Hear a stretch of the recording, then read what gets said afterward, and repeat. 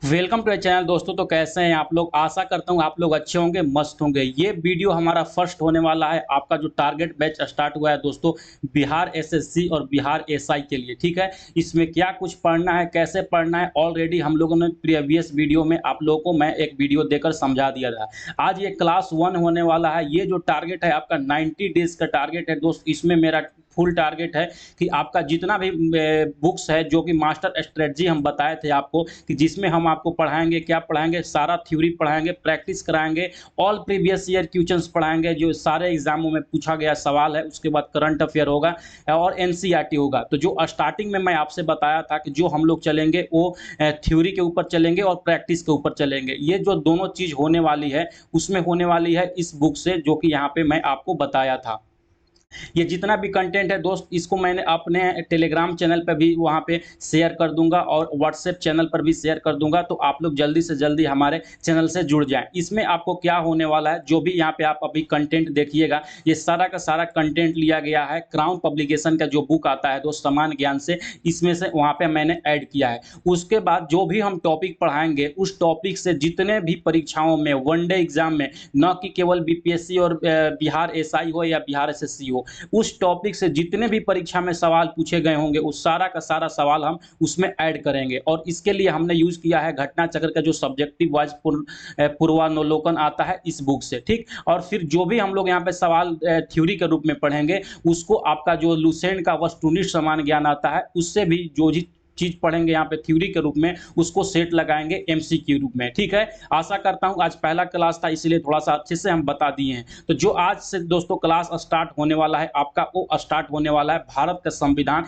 Indian polity जिसको बोलते हैं, ठीक। इसमें हम लोग क्या कुछ पढ़ेंगे, थोड़ा सा मैं आपको ब्रीफ में समझा देता हूँ। जैसे कि आप लोग स्क्रीन पर देख सकते होंगे कि यहाँ पे टॉपिक आप लोग का लिखा हुआ है। इतने सारे टॉपिक है, डेली का डेली एक टॉपिक और दो दो टॉपिक कर करके धीरे धीरे हम लोग पूरा का पूरा 15 दिन के अंदर में इंडियन कॉन्स्टिट्यूशन को खत्म कर लेंगे। जैसे ही एक बार ये खत्म हो जाता है, अब ये मत समझिए जैसे कि आपका कॉन्स्टिट्यूशन खत्म होगा ना, तो साथ ही साथ जितने भी ये बुक है, समझिए कि इस सब भी खत्म होने वाला है। क्योंकि जो भी इंपॉर्टेंट सवाल होंगे, हम अगर के आपको दिखाना चाहूँ तो लास्ट में अगर के हम लेके चलते हैं, तो यहाँ पे देखिएगा, तो उसमें से बहुत सारा सवाल देखिए यहाँ पे मैंने ऐड कर दिया है एमसीक्यू के रूप में आपका, ठीक है। जो भी यहाँ पे इंपॉर्टेंट है, जैसे कि यहाँ पे देख सकते हैं सवाल, ये सारा का सारा एमसीक्यूज के रूप में यहाँ पे मैंने ऐड कर दिया है, ताकि आपको एक प्रैक्टिस भी हो जाए। इसीलिए बोलते हैं कि अगर कि आप लोग पहली बार नए हैं तो जल्दी से जल्दी जुड़ जाइए, क्योंकि इस पे अब बहुत बेहतरीन ढंग से आपका 90 दिन का टारगेट लेकर आपको दोस्तों तैयारी कराया जा रहा है। और बाकी जो भी चीज होगा सारा कुछ इसमें फ्री रहने वाला है, ठीक है। तो अगर के और कैसे हम लोग तैयारी करेंगे, तो वो प्रीवियस वीडियो में अच्छे से हमने डिस्कस कर दिया है। तो चलिए अब क्लास स्टार्ट करते हैं। आज ये आपका पहला क्लास रहने वाला है बीपीएससी और बिहार एसआई और बिहार एसएससी को लेकर, ठीक है। आज हम लोग इसमें पढ़ने वाले हैं, पहला टॉपिक होगा दोस्तों कि भारतीय संविधान का विकास। आखिर भारतीय संविधान का विकास का स्रोत कहाँ से स्टार्ट होता है, क्यों इसको स्टार्ट किया गया है, उसको अच्छे से हम लोग पढ़ेंगे, ठीक। पहले इसको हम ऐतिहासिक पृष्ठभूमि देखते हैं कि क्या कुछ है इसमें भारतीय संविधान के विकास में। तो जो दोस्तों सबसे पहला होता है, ईस्ट इंडिया कंपनी की स्थापना होता है, जो कि 1600 ईस्वी में ब्रिटेन की कंपनी होती है, भारत बिजनेस करने के लिए आती है, ठीक। तो जब आती है तो उस समय उसका मतलब यहाँ पर दाल नहीं गलता है और वो उतनी मजबूत स्थिति में नहीं होती है। सबसे ज्यादा मजबूत स्थिति होता है उसको इन 3 कारणों की वजह से। 1707 ईस्वी में औरंगजेब की मृत्यु हो जाती है, जिसके बाद मुगल अंपायर बिखरने लगता है, ठीक। उसके बाद जो 1757 की लड़ाई होती है, प्लासी की लड़ाई, जिसमें लॉर्ड कॉर्नवालिस जी रहते हैं, उनकी जीत के बाद उसको और भी मतलब यहाँ पे मजबूती मिलती है। उसके बाद फिर और एक मजबूती मिलती है 1764 के बक्सर युद्ध के बाद से। ये तीनों का घटनाओं के बाद से भारत में अंग्रेजी सत्ता का यहाँ पे बहुत ज्यादा मजबूती पकड़ लेता है, और उसके बाद से ही यहाँ पे अपना शासन व्यवस्था स्टार्ट कर देता है। जैसे कि आपको पता होगा, जो अंग्रेज आए थे दोस्त, स्टार्टिंग में आए थे केवल बिजनेस करने के उद्देश्य से, लेकिन यहाँ का जो राजनीति में वो हस्तक्षेप करते हैं, जो ऊपर मैंने 3 कारण बताए उसके बाद से, ठीक है। तो एक एक करके चलते देखते हैं क्या कुछ आपका इंपोर्टेंट रहने वाला है आपके परीक्षा के दृष्टि से। मैं बिल्कुल भी इधर की बातें उधर की बातें नहीं करूंगा, टू द पॉइंट रहेगा, जो कि परीक्षा में आपको सवाल लड़े यहाँ से, ठीक है। तो चलिए स्टार्ट करते हैं। जैसे कि 1773 का रेगुलेटिंग एक्ट क्यों फेमस हो जाता है, उसमें जो भी मेन पॉइंट है यहाँ पे मैंने आपके लिए लिख दिया है। तत्कालिक ब्रिटिश प्रधानमंत्री लॉर्ड नॉर्थ द्वारा 1773 ईस्वी में ब्रिटिश संसद द्वारा एक एक्ट पारित किया गया। इसका मुख्य उद्देश्य कंपनी में व्याप्त भ्रष्टाचार और कुशासन को दूर करना था। तो यहाँ से आप लोग याद रखिएगा, जो रेगुलेटिंग एक्ट पारित किया था लॉर्ड नॉर्थ ने पारित किया था। खुद देखिए, फिर बताता हूँ, हो सकता है इस जो मतलब सीरीज चल रहा है कि एक मतलब वीडियो का लंबाई जो लगभग 30-40 से 45 मिनट भी हो सकता है। तो आप लोग बिल्कुल भी घबराइएगा नहीं, क्योंकि आपका बेसिक यहाँ से इतना मजबूत हो जाएगा ना कि न केवल आपका बिहार एसएससी परीक्षा, बल्कि कोई भी परीक्षा हो, एसएससी हो, रेलवे हो, या कोई भी एग्जाम में बैठिएगा तो सवाल आपका यहीं से फंसेंगे। इसलिए तसल्ली से बैठिए, अच्छे से इसको मतलब स्टडी कीजिए। तो जो रेगुलेटिंग एक्ट लाया था लॉर्ड नॉर्थ के द्वारा 1773 ईस्वी में, इसमें मेन लाया गया था कि कंपनी जो भारत में व्यापार कर रही थी उसमें भ्रष्टाचार बढ़ गया था, करप्शन हो गया था और कुशासन मतलब करने लगा था। तो उसको दूर करने के लिए इसको लाया गया था। ठीक, मद्रास बंबई प्रेसिडेंसी को कोलकाता प्रेसिडेंसी के अधीन में कर दिया गया। ठीक है, पहले जो था ये सारा प्रेसिडेंसी अलग अलग था, लेकिन 1773 रेगुलेटिंग एक्ट के द्वारा कोलकाता प्रेसिडेंसी के अंतर्गत ही मद्रास और बंबई को कर दिया गया। ये सब पॉइंट मेन है, आप लोग याद रखिएगा। ये सारा पीडीएफ हम जैसे ही वीडियो खत्म होगा मैं अपने टेलीग्राम चैनल पर अपलोड कर दूंगा और यूट्यूब यहाँ पर भी, व्हाट्सएप चैनल पर भी, तो वहाँ से आप लोग डाउनलोड करके आराम से 1-2 बार पढ़ सकते हैं। अगला पॉइंट निकल के आता है इसमें कि कोलकाता प्रेसिडेंसी के प्रमुख को गवर्नर के जगह गवर्नर जनरल कहा जाने लगा। तो याद रखिएगा, ये सवाल बहुत बार पूछता है कि गवर्नर को गवर्नर जनरल कब से कहा जाने लगा, कि 1773 के रेगुलेटिंग एक्ट के द्वारा। ये सारा क्वेश्चन हम एक बार एमसीक्यू के रूप में भी लास्ट में आपको कराएंगे। अगला निकल कर यहाँ पे आता है कि गवर्नर जनरल और उनकी परिषद इंग्लैंड स्थित निदेशक बोर्ड के प्रति उत्तरदायी थे। ठीक है, इस एक्ट में दोस्तों को एक उच्च न्यायालय के गठन का प्रावधान था, जिसके तहत 1774 ईस्वी में कोलकाता में 4 सदस्यीय उच्चतम न्यायालय की गठन किया गया। 1773 के अंतर्गत में एक ऐसा प्रावधान था कि जिससे भारत में एक हाई कोर्ट की स्थापना किया जाए। ठीक है, तो हाई कोर्ट की स्थापना 1773 रेगुलेटिंग एक्ट के द्वारा 1774 ईस्वी में कोलकाता में किया जाता है। कोलकाता हाई कोर्ट को स्थापना किया जाता है, ये चीज याद रखिएगा। अगला पॉइंट आता है यहाँ पे कि बंगाल प्रेसिडेंसी का पहला गवर्नर जनरल वॉरेन हेस्टिंग था तथा उसकी परिषद में 4 सदस्य थे। कौन कौन थे? फिलिप फ्रांसिस थे और मानसन थे, वारबेल थे और क्लेविंग थे। तो कोई बात नहीं, ये 4 सदस्य का नाम रखने का जरूरत नहीं है। हाँ, बीपीएससी अगर तैयारी कर रहे हैं बीपीएससी का, तो इसमें 4 सदस्य का भी नाम रखना ही होगा। बंगाल प्रेसिडेंसी का पहला गवर्नर जनरल कौन था? तो वॉरेन हेस्टिंग्स साहब, बहुत इंपॉर्टेंट है, याद रखिएगा। अगला है, इस एक्ट के तहत स्थापित भारत में पहला उच्च न्यायालय के प्रधान न्यायाधीश जो बनाए गए थे सर एलिजा इम्पे बनाए गए थे। मोस्ट इंपोर्टेंट है, ये चीज याद रखिएगा। तो यहां से जो भी 1773 के रेगुलेटिंग एक्ट के तहत दोस्त आपका मोस्ट इंपोर्टेंट पॉइंट था, वो सारा का सारा मैंने आपको कवर करा दिया। बस इससे बाहर आपसे सवाल पूछेगा नहीं। जो मेन सवाल पूछता है आपसे यही पूछता है कि जो हाईकोर्ट स्थापना किया गया था उसका पहला जो था मुख्य न्यायाधीश कौन बनाया गया था। तो यहाँ पर जैसे कि अभी हम लास्ट में बताएं, वो सर एलिजा इम्पे बनाए गए थे। और एक पूछता है कि कोलकाता उच्च न्यायालय की स्थापना किस रेगुलेटिंग एक्ट के तहत किया जाता है। तो सारा कुछ मैंने आपको बता दिया। ठीक है, अब चलते हैं नेक्स्ट पॉइंट की तरफ। आपका है 1784 का पिट्स इंडिया एक्ट दोस्तों। ठीक, तो इसमें क्या किया गया था कि पिट्स इंडिया एक्ट ने कंपनी के व्यापारिक एवं राजनीतिक कार्यकलापों को एक दूसरे से अलग कर दिया। पहले क्या था, पहले जब स्टार्टिंग में भारत यहाँ पे आया था तो वही जो भारत था एक वही कंपनी था जो कि व्यापार भी करता था और यहाँ का पॉलिटिक्स में भी हस्तक्षेप करता था। लेकिन 1784 के जो पिट्स इंडिया एक्ट है दोस्तों, उसमें दोनों को अलग अलग कर दिया गया। यानी कि व्यापार का काम कंपनी करेगी और राजनीति का काम कोई और करेगी।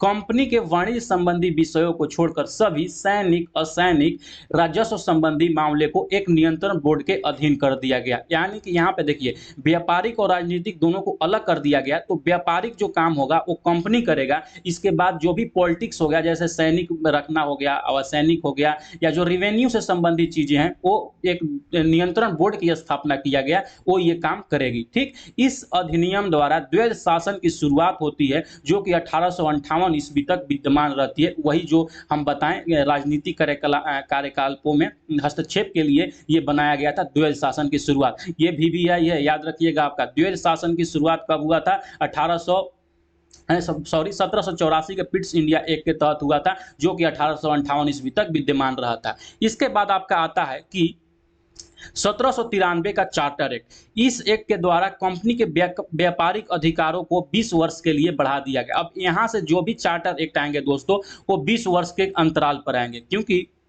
यहाँ पे ये कंपनी बता दिया कि अब जो भी मतलब व्यापारिक जो नियम कानून बनेंगे वो 20 वर्षों के अंतराल पर बनेंगे। ठीक, इस एक्ट के तहत बोर्ड ऑफ कंट्रोल के अधिकारियों को वेतन भारतीय कोष से मिलने लगा। जो बोर्ड ऑफ कंट्रोलर बनाया गया था, उसका जो पहले पैसा था दोस्तों, अब वो डायरेक्ट भारतीय जो रेवेन्यू था यानी भारतीय कोष था, उससे पैसा मिलने लगा। तो ये दो चीज़ों यहाँ पे इंपॉर्टेंट हो जाती है, तो ये दोनों चीज़ों को आप लोग याद रखिएगा। ठीक है, आशा करता हूँ ये तीनों जो मैंने अभी बताएं आपको अच्छे से याद हो गया होगा। नहीं याद होगा तो एक दो बार वीडियो को देख लीजिएगा और अच्छे से आपको क्लियर हो जाएगा। उसके बाद जैसे ही 1793 के बाद यहाँ पे 20 साल जोड़िएगा तो आता है 1813 का चार्टर एक्ट। ठीक है, इस एक्ट में क्या होता है कि इस एक्ट के अंतर्गत कंपनी के भारतीय व्यापार के एकाधिकार को समाप्त कर दिया, किंतु चीन से व्यापार और चाय के व्यापार पर एकाधिकार बना रहा। देखिए, जब 1600 ईस्वी में ईस्ट इंडिया कंपनी भारत में आई थी तो उसको एकाधिकार प्राप्त था कि भारत से व्यापार केवल और केवल ईस्ट इंडिया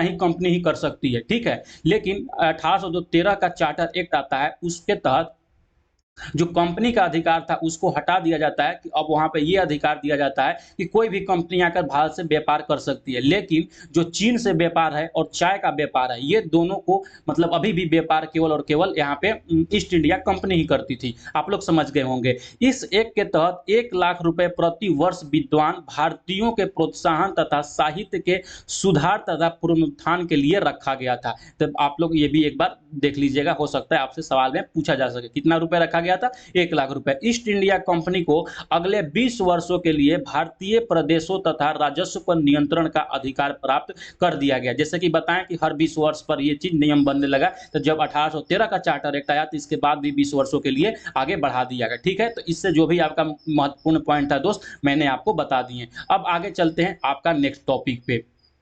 नेक्स्ट टॉपिक आपका यहाँ पे ये निकल कर आता है कि 1833 का चार्टर एक्ट। जैसे ही 13 के बाद आइएगा तो 33 का आएगा, 20 साल बाद, तो यहाँ पे आता है 1833 का चार्टर एक्ट। इसमें देखते हैं आपका क्या कुछ महत्वपूर्ण रहने वाला है। भारत में अंग्रेजी शासन के दौरान संविधान निर्माण के प्रथम धुंधले संकेत इस एक्ट से मिलते हैं। ठीक है, हो गया ये। इस एक्ट में कंपनी के व्यापारिक एकाधिकार को समाप्त कर दिया गया, उससे भविष्य में केवल राजनीतिक कार्य करने के लिए करने ही थे। ठीक है, यहाँ से अब जो ईस्ट इंडिया कंपनी जो काम करेगी वो व्यापार नहीं करेगी, और जो भी एकाधिकार था वो समाप्त कर दिया गया। और भारत से हर चीज का व्यापार सब लोग कर सकते थे, कोई भी कंपनी कर सकती थी। लेकिन भविष्य में अब ईस्ट इंडिया कंपनी जो थी दोस्तों, ईस्ट इंडिया कंपनी थी, वह अब व्यापार नहीं करेगा, क्योंकि केवल और केवल यहाँ के राजनीति को संभालेगा। ठीक, इस एक्ट के द्वारा भारतीय प्रशासन का केंद्रीकरण किया गया और बंगाल का गवर्नर अब भारत का गवर्नर जनरल बना दिया गया। यह एक बहुत ही महत्वपूर्ण पॉइंट है। भारत का गवर्नर जनरल कब बना दिया गया बंगाल के गवर्नर जनरल को? तो 1833 के एक्ट के द्वारा ये बनाया गया। ठीक है, ये चीजों को याद रखिएगा, बहुत ही इंपॉर्टेंट पॉइंट है। और इसके तहत लॉर्ड विलियम बेंटिक भारत के पहले गवर्नर जनरल बनाए गए। इससे पहले आपको पूछा गया था कोलकाता के गवर्नर जनरल कौन बनाए गए थे? तो वारेन हेस्टिंग बनाए गए थे। और भारत का गवर्नर जनरल कौन बनाए गए? तो लॉर्ड विलियम बेंटिक को बनाए गए। ठीक है, क्योंकि यहाँ पे बंगाल का गवर्नर को अब भारत का गवर्नर जनरल बोला जाने लग रहा था। तो इसमें से दोनों भी सवाल पूछ सकते हैं आपसे, दोनों चीजों को अच्छे से याद रखिएगा। अगला पॉइंट निकल कर आता है यहाँ पे कि इस एक्ट के द्वारा दोस्त की गवर्नर जनरल की सरकार भारत सरकार और उसकी परिषद भारत परिषद कहलाने लगी। यानी कि जो ये गवर्नर जनरल है यहाँ पे, इसका जो कैबिनेट था वो अब भारत सरकार मतलब बोले जाने लगी। अब इसका जो परिषद है यानी कि जो उसके मंत्री है उसको भारत का परिषद लोग बोलने लगे। यानी कि भारत में लोग भूलने लगा कि मतलब हम किसी तरह यहाँ से जो जनता है उसका मैं अपना विश्वास जीत सकूं। अगला पॉइंट निकल कर आता है कि भारतीय कानूनों को लिपिबद्ध तथा सुधारने के उद्देश्य से लॉर्ड मैकाले की अध्यक्षता में प्रथम विधि आयोग का गठन किया गया। सबसे पहले प्रथम विधि आयोग का गठन कब किया गया? लॉर्ड मैकाले की अध्यक्षता में किया गया 1833 के चार्टर एक्ट में। ये चीजें याद रखिएगा। ठीक, अगला यहाँ पे निकल कर आता है आपका 1853 का चार्टर एक्ट। ठीक है, 1853 का एक्ट अंतिम चार्टर एक्ट था 20 साल बाद, जैसे कि 1833 के बाद अगर हम इसमें 20 जोड़ेंगे तो आपका आता है यहाँ पे 1853 का चार्टर एक्ट। बंगाल के लिए लेफ्टिनेंट गवर्नर जनरल नियुक्त किया गया। अब विधायी परिषद और कार्यकारी परिषद को दोनों को अलग कर दिया गया। इस एक्ट के द्वारा सर्वप्रथम संपूर्ण भारत के लिए एक विधान मंडल की स्थापना की गई। सबसे महत्वपूर्ण आपका यही रेड वाला पॉइंट है कि भारत के लिए पहली बार विधान मंडल की स्थापना कब किया गया, तो वो किया गया था आपका 1853 के चार्टर एक्ट के द्वारा। आपको याद होना चाहिए ये चीजों को। ठीक, अगला पॉइंट की तरफ चलते। अब देखिए यहाँ पर 1853 का चार्टर एक्ट देख लिए, तो यहाँ से ये होना चाहिए था कि 1853 के 20 साल बाद जो भी यहाँ पे 1873 में होता, तो यहाँ पे चार्टर एक्ट कोई आना चाहिए था, लेकिन क्यों नहीं आता है, उससे पहले ही आ जाता है 1858 में। 1858 में अधिनियम आने का बहुत बड़ा कारण था दोस्तों 1857 का आपका लड़ाई, जो विश्व क्रांति हुआ था, भारतीय राष्ट्रीय क्रांति जो हुआ था वहाँ पे। ठीक है, 1857 का जो क्रांति हुआ था। ठीक, क्या कारण था 1857 का जो क्रांति हुआ, तो इसमें जो ब्रिटेन की कंपनी थी वहाँ पे उसका नींव हिल गया। वो समझ गया कि आने वाले समय में अब यहाँ से हम मतलब बहुत बुरा स्थिति में जा सकते हैं। उसी के लिए उसको आनन फानन में 1858 ईस्वी में ही भारतीय शासन अधिनियम लाया गया। यह एक बहुत ही बड़ा अधिनियम था। इसमें देख लेते हैं क्या कुछ आपके परीक्षा में पूछने योग्य बातें हैं। 1857 का विद्रोह ईस्ट इंडिया कंपनी की व्यवस्था के लिए एक घातक झटका साबित हुआ। जैसे कि बताएं, इस एक्ट के द्वारा 1858 का भारत के उत्तम प्रशासन के लिए the act for the good governance of India के लिए बनाया गया। जो मतलब भारतीय शासन अधिनियम बनाया गया, वो बनाया गया मेन इसका पर्पस था भारत में उत्तम मतलब प्रशासन के लिए, कि इसके बाद से हम अच्छा से शासन कर पाएं, इसके लिए बनाया गया। तो ये चीज याद रखिएगा।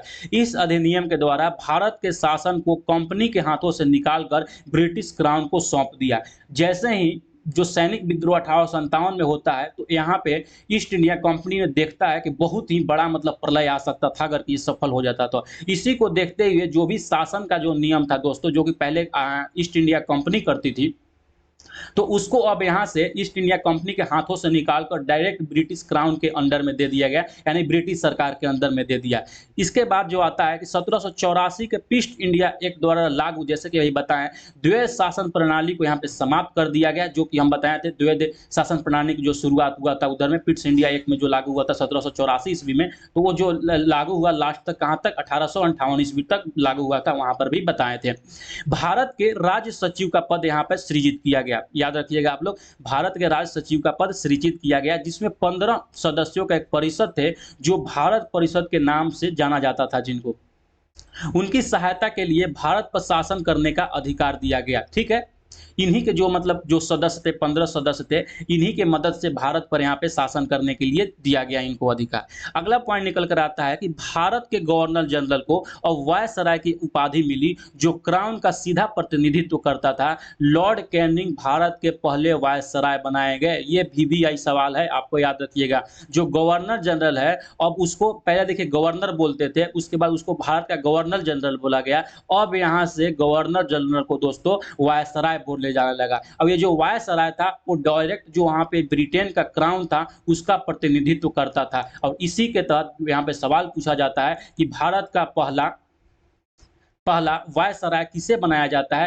तो वो बनाया जाता है लॉर्ड कैनिंग को। ठीक है, आशा करता हूं ये समझ गए होंगे। अगला पॉइंट निकल कर आपका आता है कि गवर्नर जनरल का पद भारत सरकार के विधायी कार्य का प्रतीक था, जो सम्राट का प्रतिनिधित्व करने के कारण उसे वायसराय कहा गया। वायसराय क्यों कहा गया? क्योंकि वो जो क्राउन के डायरेक्ट अंडर में काम करता था, उसी का ये प्रतिनिधित्व करता था। इतना समझ गए। इसके बाद 1858 के बाद आपका नया परिषद आता है, भारतीय परिषद अधिनियम 1861। ठीक है, तो इसमें देखते हैं क्या कुछ आपका इंपॉर्टेंट है। गवर्नर जनरल की कार्यपालिका परिषद का विस्तार किया गया तथा उसमें एक 5वां सदस्य शामिल किया गया, जो एक विधिवेता का पद था। ठीक है, आप लोग ये भी पढ़ लीजिएगा, हो सकता है परीक्षा में पूछ दे। अगला पॉइंट है कि विधायी कार्यों के लिए कम से कम 6 तथा अधिक से अधिक 12 अतिरिक्त सदस्य शामिल किए गए। ठीक है, पहली बार भारत में प्रतिनिधित्व संस्थाओं और मंत्रिमंडलीय व्यवस्थाओं की नींव पड़ी। आपसे लास्ट में भी मैंने बताया कि विधानमंडल की स्थापना किसके तहत किया गया। यहाँ पर मंत्रिमंडलीय व्यवस्था का नींव पड़ता है, जो कि वीवीआई हो जाता है, परीक्षा आपसे पूछ सकता है। ठीक, गवर्नर जनरल को अध्यादेश जारी करने का अधिकार मिला कब? भारत परिषद अधिनियम 1861 के तहत। ये सारा के सारा पॉइंट बहुत ही इंपॉर्टेंट हो जाता है मेरे मित्र, इसलिए अच्छे से पढ़ा कीजिए। अगला पॉइंट निकल कर आता है यहाँ पे कि गवर्नर जनरल को बंगाल, उत्तर पश्चिमी प्रांत और पंजाब में विधान परिषद स्थापित करने की शक्ति प्रदान की गई गवर्नर जनरल को। ठीक है, अगला पॉइंट यहाँ पे मतलब निकल कर आता है आपका क्या है कि भारतीय परिषद अधिनियम 1892। इसमें क्या कुछ होता है? सबसे पहला जो इंपॉर्टेंट पॉइंट है आपका 1892 अधिनियम के तहत अप्रत्यक्ष चुनाव प्रणाली की शुरुआत होती है। ठीक, उसके बाद है कि गवर्नर जनरल की परिषद के अतिरिक्त जो सदस्य थे वो बढ़ाकर कम से कम 10 किए गए और अधिक से अधिक 16 कर दी गई। इस प्रकार प्रांतीय परिषद में भी अतिरिक्त सदस्यों की संख्या बढ़ा दी गई। परिषद के शर्तों एवं प्रतिबंधों के द्वारा वार्षिक बजट पर विचार विमर्श करने तथा प्रश्न पूछने का भी आजादी यहाँ पे दिया गया। तो इसमें बस आपका यह इंपॉर्टेंट हो जाता है कि अप्रत्यक्ष चुनाव प्रणाली की शुरुआत कब हुई? तो भारतीय परिषद अधिनियम 1892 के द्वारा ये चीज हुई आपका। ठीक, अगला पॉइंट निकल कर आता है यहाँ पे भारतीय परिषद अधिनियम 1909 ईस्वी में कि क्या कुछ होता है। इसी को बोला जाता है मार्ले मिंटो सुधार या मार्ले मिंटो रिफॉर्म। ये बहुत ही इंपॉर्टेंट हो जाता है, आपको बताते हैं क्यों। सबसे पहले यहाँ पे है कि 1919 के अधिनियम के द्वारा भारतीयों को विधि निर्माण तथा प्रशासन दोनों में प्रतिनिधित्व करने का प्रदान किया गया, यहाँ पे मतलब अधिकार दिया गया। उसके बाद इस अधिनियम में पहली बार मुस्लिम समुदाय के लिए पृथक निर्वाचन मंडल की सुविधा प्रदान की गई। ये तो सवाल इतने बार पूछा गया है परीक्षाओं में कि कहिए मत, कि मुस्लिमों के लिए पृथक निर्वाचन मंडल की सुविधा कब प्रदान किया गया? तो 1909 ईस्वी में मार्लो मिंटो रिफॉर्म के द्वारा यह चीज दिया गया। ठीक है, अगला पॉइंट निकल कर आता है आपका कि इस अधिनियम ने केंद्रीय तथा प्रांतीय विधायी शक्ति को बढ़ाया तथा परिषद के सदस्यों को बजट विवेचना करने का तथा उस पर प्रश्न पूछने का अधिकार दिया। पहले क्या था, जो भी मतलब कानून बनता था इसमें प्रश्न पूछने का अधिकार नहीं था, लेकिन इस रिफॉर्म के द्वारा प्रश्न पूछने का अधिकार दिया गया। यहाँ पे सत्येंद्र सिन्हा को गवर्नर जनरल की कार्यकारिणी प्रथम भारतीय विधि सदस्य नियुक्ति किया गया। आपको डायरेक्ट पूछेगा सवाल यहाँ से कि गवर्नर जनरल की कार्यकारिणी का प्रथम भारतीय विधि सदस्य किसे नियुक्त किया गया था? तो किया गया था सत्येंद्र सिन्हा को। किस अधिनियम के द्वारा? तो 1909 के मार्ले मिंटो सुधार के द्वारा ये किया गया था। ठीक, और उसके बाद भारतीय विधान परिषद के सदस्यों की संख्या 60 की गई और 9 सदस्यों को प्रावधान किया गया वहां पे पदेन सदस्यों को। ठीक है दोस्त, अगला पॉइंट आता है आपका मेन पॉइंट आता है मार्ले मॉन्टेग्यू चेम्सफोर्ड सुधार। ठीक है, जिसको बोलते हैं भारतीय परिषद अधिनियम 1919, जो कि यहाँ पे आया था जालियांवाला बाग जब हत्याकांड हुआ था उस समय की ये बातें चल रही है। इस अधिनियम के तहत द्विसदनीय व्यवस्था की स्थापना की गई। बहुत महत्वपूर्ण पॉइंट है। केंद्रीय विधान परिषद के स्थान पर राज्य परिषद जो कि उच्च सदन हुआ और केंद्रीय विधानसभा जो कि निम्न सदन हुआ, द्विसदनीय विधानमंडल का मतलब स्थापना किया गया, जो कि अभी भी वर्तमान समय में ये चीज चलते आ रहा है। तो आपको पता होना चाहिए द्विसदनीय व्यवस्था का स्थापना कब हुआ, कब से स्टार्ट हुआ? तो वो 1919 ईस्वी से ये स्टार्ट हुआ था। राज्य परिषद के सदस्यों की संख्या 60 थी, जिसमें 34 सदस्य निर्वाचित होते थे और राज्य परिषद का जो कार्यकाल होता था दोस्त वो 5 सालों का होता था। ये चीज याद रखिएगा। अगला पॉइंट आता है जी कि यहाँ पे देखिए ये क्यों 60 आपको याद रखना चाहिए, क्योंकि पहली बार यहाँ पे द्विसदनीय का व्यवस्था हुआ था, जिसमें विधान परिषद होता था और विधानसभा होता था। तो जो राज्य परिषद होता था यानी कि जिसको विधान परिषद बोलते थे, उसकी संख्या कितनी थी? 60 थी। ठीक है, और जो विधानसभा के सदस्यों की संख्या थी 145 निर्धारित किया गया था, जिसमें कि जो 104 सदस्य थे वो निर्वाचित होते थे और 41 जो थे वो मनोनीत होते थे। इसका जो कार्यकाल था विधानसभा का 3 वर्ष का था। तो पूछा जा सकता है कि जो प्रारंभ में विधानसभा का जब गठन हुआ था तो उस समय कार्यकाल कितने वर्षों का था? तो 3 वर्षों का था, याद रखिएगा।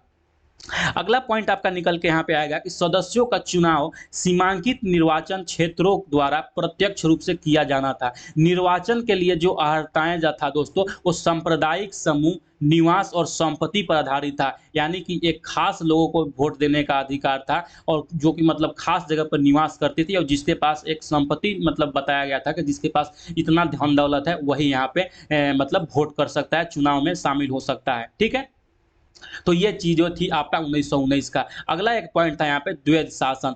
इस एक्ट के द्वारा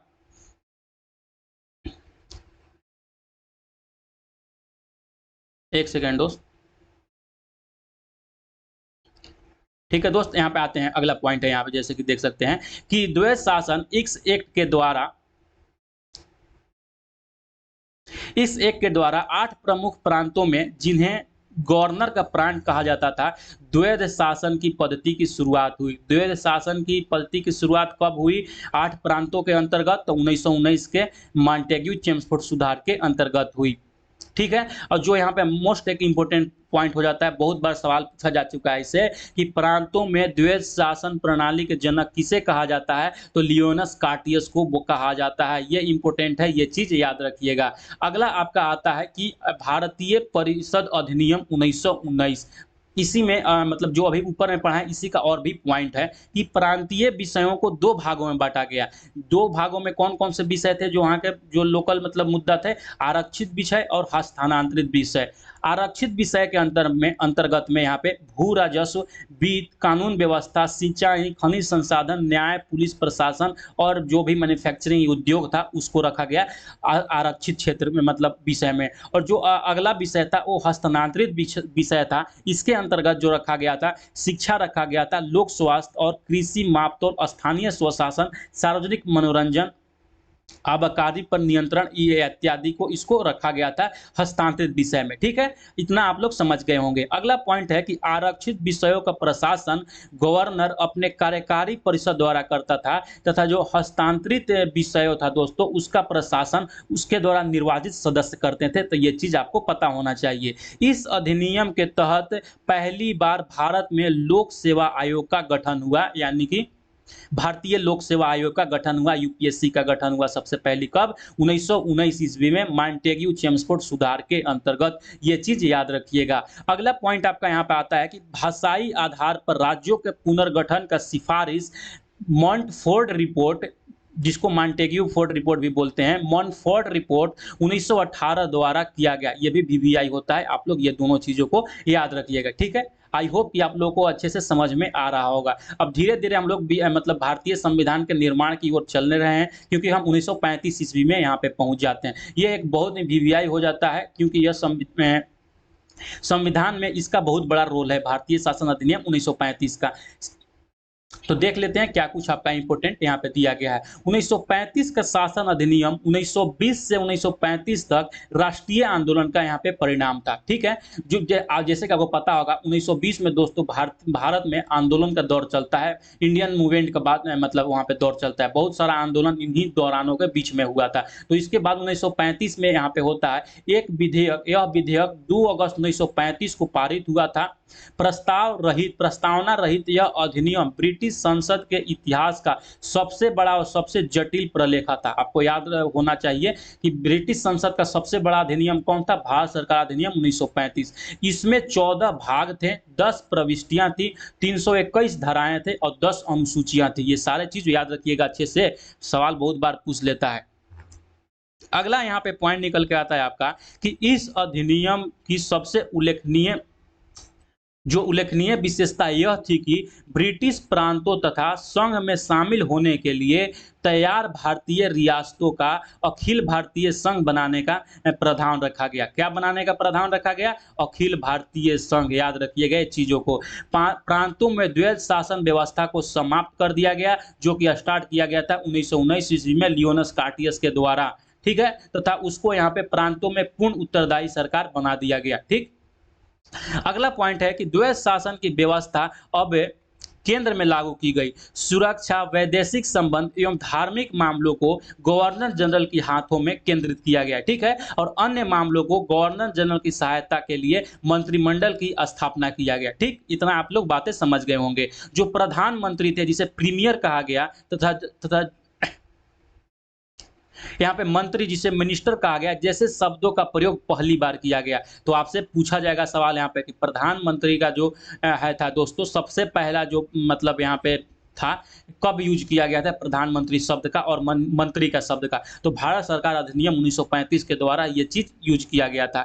इस अधिनियम के तहत बर्मा को भारत से अलग कर दिया गया और उड़ीसा तथा सिंध 2 नए प्रांत बनाए गए। ये बहुत महत्वपूर्ण है आपका। बर्मा भारत से किस अधिनियम के तहत अलग हुआ? तो यहाँ पे अलग हुआ 1935 के अधिनियम से, और उड़ीसा एवं सिंध को नया प्रांत बनाया गया। सांप्रदायिक निर्वाचन पद्धति का और अधिक यहाँ पे विस्तार किया गया, जो कि आपका 1919 ईस्वी में स्टार्ट हुआ था, ठीक है। अगला पॉइंट की तरफ बढ़ते हैं। आगे में यहाँ पे आपका स्टार्ट होता है भारतीय स्वतंत्रता अधिनियम 1947, ठीक। 1935 का हम लोग देख लिए क्या कुछ आपका उसमें इंपोर्टेंट है। अब यहाँ पे देखना है आपको 1947 भारत स्वतंत्रता अधिनियम में क्या हुआ था। माउंटबेटन योजना के द्वारा ब्रिटिश संसद ने भारतीय स्वतंत्रता विधेयक 18 जुलाई 1947 को पारित किया गया। इस अधिनियम को 4 जुलाई 1947 को प्रस्तुत किया गया था, जो कि पारित होता है 18 जुलाई 1947 में। इस अधिनियम में दो डोमिनियन जो है दोस्तों, पाकिस्तान और भारत की स्थापना के लिए 14 और 15 अगस्त 1947 की तारीख को निर्धारित किया गया। पूर्वी बंगाल, सिंध और असम का सिलहट जिला पाकिस्तान में सम्मिलित होना था। यानी कि जो पूर्वी बंगाल जो बोल रहे हैं, अभी बांग्लादेश का जो हिस्सा बोल रहे हैं, ये सबको पाकिस्तान में सम्मिलित होना था। 15 अगस्त 1947 को ब्रिटिश क्राउन का भारत पर अधिपत्य समाप्त हो जाता है, क्योंकि 15 अगस्त को हमारा भारत, प्यारा भारत आज़ाद हो जाता है, उन ब्रिटिश को हाथों से आज़ाद हो जाता है, ठीक। जो दोनों डोमिनियन था दोस्तों, वह स्वतंत्र सत्ता के मान्यता दी गई। उन्हें ब्रिटिश कॉमनवेल्थ से अलग होने का अधिकार भी दिया गया। अगला पॉइंट निकल कर यहाँ पे आता है कि दोनों राज्यों को अपने पृथक संविधान के गठन करने का भी अधिकार दिया गया। तो ठीक है, इतना बातें आप लोग समझ गए, आशा करता हूँ आप लोग ये समझ गए होंगे। अब आगे पॉइंट आता है, यहाँ पे आपका जितना भी मोस्ट इंपोर्टेंट पॉइंट था भारतीय संविधान का, जो कि इतिहास था कि किस तरह से भारतीय संविधान का मतलब निर्माण का कार्य स्टार्ट होता है, यहाँ पे खत्म होता है, ठीक है। तो ये वीडियो बहुत ही, जो आप मतलब देख लिए इस पॉइंट को ना दोस्त, तो यहाँ से जो भी सवाल बनेंगे मैक्सिमम पॉइंट यहीं से सवाल इस टॉपिक से देगा तो बनेगा। अब हम लोग देखते हैं आपका इस सवाल के ऊपर एमसीक्यूज। हो सकता है आज का एमसीक्यूज, ये पहला क्लास है तो एमसीक्यूज थोड़ा कम होगा, लेकिन जैसे ही नेक्स्ट क्लास आएगा उसमें आप लोग का एमसीक्यूज डेली का डेली बढ़ते जाएगा, ठीक है। जो पहला यहाँ पे सवाल आपका निकल के आता है कि निम्नलिखित में से किस अधिनियम में कोलकाता में सर्वोच्च न्यायालय की स्थापना का प्रावधान किया गया। तो मैंने आपको बताया था कि जो रेगुलेटिंग एक्ट 1773 ईस्वी था मेरे मित्र, उसके तहत 1774 ईस्वी में कोलकाता का जो सर्वोच्च न्यायालय था, जिसको उच्च न्यायालय कुछ भी बोल सकते हैं, की स्थापना किया गया था। इसका जो पहला न्यायाधीश था कौन था, आप लोग जरूर से जरूर कमेंट सेक्शन में जरूर बताइएगा। इम्पे जी थे, मैं बता भी देता हूं। अगला यहाँ पे सवाल अगर के आपका इस टॉपिक से आता है तो किस अधिनियम के द्वारा ब्रिटिश संसद ने चाय और चीन के साथ व्यापार को छोड़कर ईस्ट इंडिया कंपनी के भारत के साथ व्यापारिक एकाधिकार को समाप्त कर दिया गया। जैसा कि बताया था, स्टार्टिंग में जो अधिकार मिला था सब कुछ का अधिकार मिला था, लेकिन 1813 का दोस्तों चार्टर अधिनियम के बाद वहां पे कंपनी के एकाधिकार को समाप्त कर दिया गया, लेकिन फिर भी वह चाय और चीन के साथ व्यापार पर एकाधिकार बना रहता है। तो याद रखिएगा 1813 ईस्वी में आपका यहाँ पे राइट आंसर होगा। अगला यहाँ पे आपका क्वेश्चन है कि निम्नलिखित में से किस अधिनियम के अंतर्गत भारतीय विधान परिषद को बजट पर बहस करने का अधिकार प्राप्त हुआ। ठीक है, जैसे कि यही बताया, पहले जो था बजट जो भी होता था उस पर बहस करने का, उस पर सवाल पूछने का अधिकार नहीं था, लेकिन भारतीय परिषद अधिनियम 1892 ईस्वी के बाद से ये चीज उनको दिया गया। तो आप लोग को याद होना चाहिए, जैसे कि बताएं।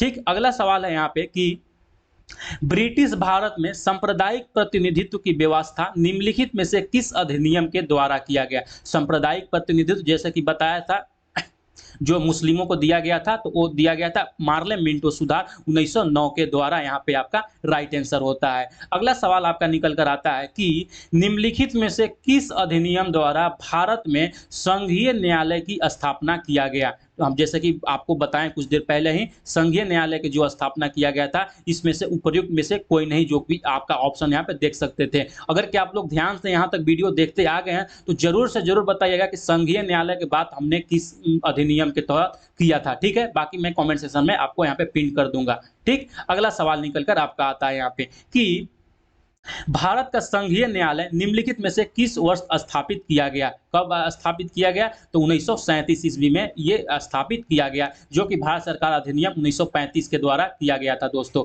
अगला सवाल निकल कर यहाँ पे आता है कि केंद्र में द्वैध शासन किस अधिनियम के अंतर्गत स्थापित किया गया।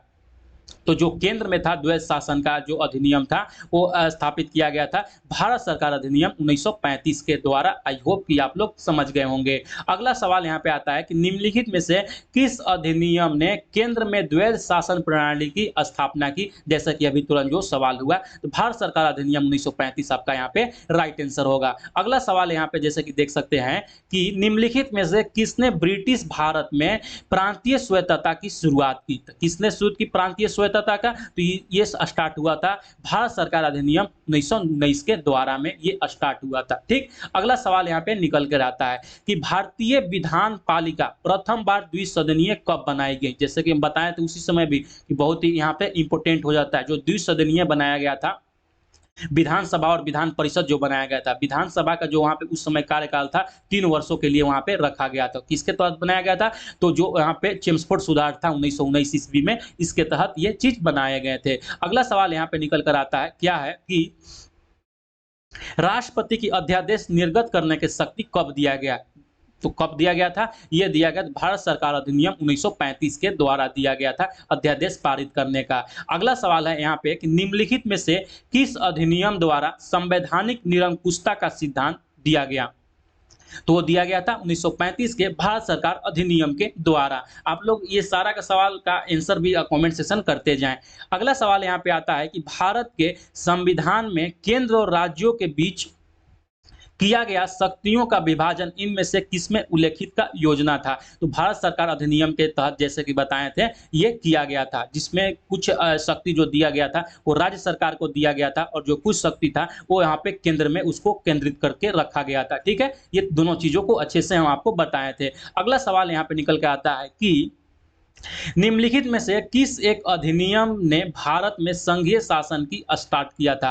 तो ये भी अभी सवाल हम करा दिए हैं। 1935 ईस्वी के अधिनियम के द्वारा स्थापित संघ में अवशेष शक्तियों किसको दिया गया। तो जो अवशेष शक्ति दिया गया था वो गवर्नर जनरल को दिया गया था, आपको याद होना चाहिए। अगला सवाल यहाँ पे आपका निकल के आता है कि एक संघीय व्यवस्था और केंद्र में द्वैध शासन भारत में लागू किया गया था। कब लागू किया गया था, तो भारत सरकार अधिनियम 1935 के द्वारा ये लागू किया गया था। ठीक है, अगला सवाल यहाँ पे है कि निम्नलिखित में से किस एक अधिनियम ने भारत में संघीय शासन की व्यवस्था की गई थी। तो जो संघीय शासन की व्यवस्था किया गया था भारत सरकार अधिनियम 1935 के द्वारा किया गया था। तो देख रहे हैं ये भारत संघ हो गया, संघीय शासन हो गया, इससे कितना ज्यादा सवाल पूछा गया है परीक्षाओं में।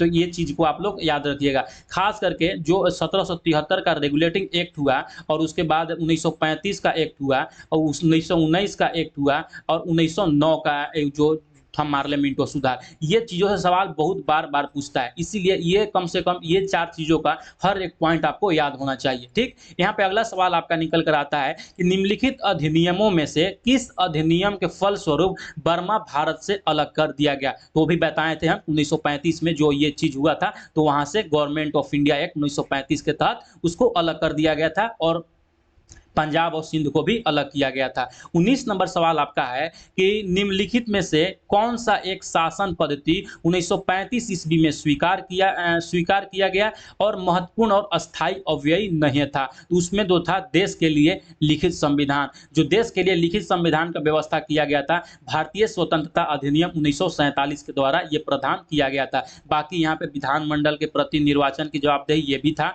1935 में, एक संघ का योजना ये भी था, विधानमंडल मंडल में था, ये भी था। ठीक है, अगला सवाल की तरफ बढ़ते हैं। अगला सवाल ना यहीं पे आज आपका ये सेशन खत्म होता है। इसमें अब आज में थोड़ा-सा एमसीक्यूज़ का प्रश्नों की संख्या कम थी दोस्तों। अब जो भी अगला दिन क्लास आएगा उसमें आपका भरपूर एमसीक्यूज़ रहेगा। तो कैसा लगा कि सवाल और कैसा लगा मतलब ये आपका सीरीज़, ज़रूर से ज़रूर आप दोस्तों आप फीडबैक में बताइएगा और वीडियो को ज़रूर से ज़रूर लाइक कर दीजिएगा। जो भी आपके मित्र तैयारी कर रहे हैं बिहार बीपीएससी का और बिहार एसआई का, उनके पास ये वीडियो ज़रूर से ज़रूर शेयर कर दीजिएगा। तब तक के लिए चलिए मिलते हैं नेक्स्ट वीडियो में। पढ़ते रहिए, मुस्कुराते रहिए। Bye bye.